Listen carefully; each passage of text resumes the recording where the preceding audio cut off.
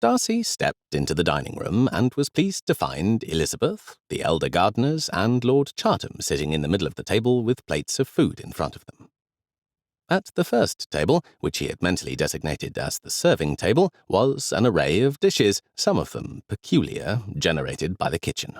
He had by now realized that more than half of the staff at Rockhill had ties to India, including one of the cooks, so it was no surprise that he was consistently being offered unusual foods.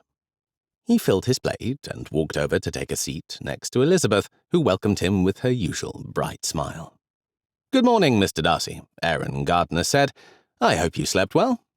"Yes, very well, thank you," he responded. "I hope you are all well?" There were affirmative murmurs from the others, and he turned to look at Elizabeth, who was placing a bite of some yellow substance into her mouth. A moment later she winced, coughed twice, and promptly took a long drink of water. "That is very spicy," she said, with her eyes watering. "Oh, Elizabeth, I apologize," Mrs. Gardiner exclaimed. "Do take this roll and eat it. Water helps, but bland food helps more." Elizabeth quickly took a few bites of bread and relaxed, then bent a stern look on her cousin Philip. "I do not know how you can eat this without any sign of discomfort, cousin," she complained. The elder Gardiners chuckled, and Mrs. Gardiner explained, "All of our children started eating food with Indian spices at a young age, and they've all grown accustomed. Aaron is also an enthusiast of some of the spicy Indian foods.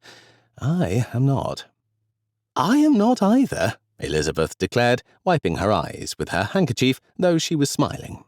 She turned toward Darcy and asked, playfully, "What of you, sir? Do you enjoy spicy foods?"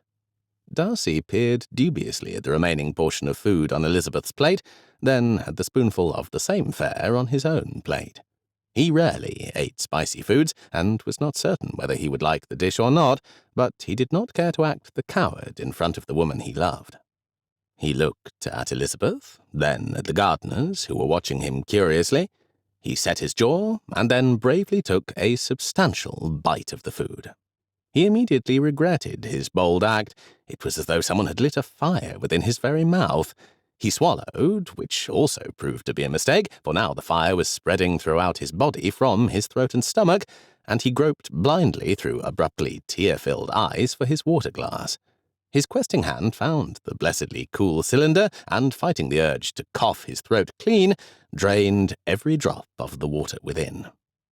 With Mrs. Gardiner's advice in mind, he seized the last roll from the plate in the center of the table with only a bare minimum of decorum, devouring it rapidly. Sympathy in her eyes, Miss Elizabeth stood and moved over to the serving table, returning with another. "Here, Mr. Darcy," she offered, holding it out. He nodded a jerky thanks as he accepted it, eating it nearly as swiftly as the first one. "You are correct, Miss Elizabeth," he said, when he had recovered himself sufficiently to speak. "It is very spicy indeed." There were sympathetic chuckles from his companions, and Mr. Gardiner said, "It was courageous of you to try it, Mr. Darcy." "Brave or foolish, I am not certain which is the best word for the occasion," Darcy returned with a grin. He turned his attention on his eggs, ham, and toast, and ate the rest with a newfound gratitude for food that did not set him on fire.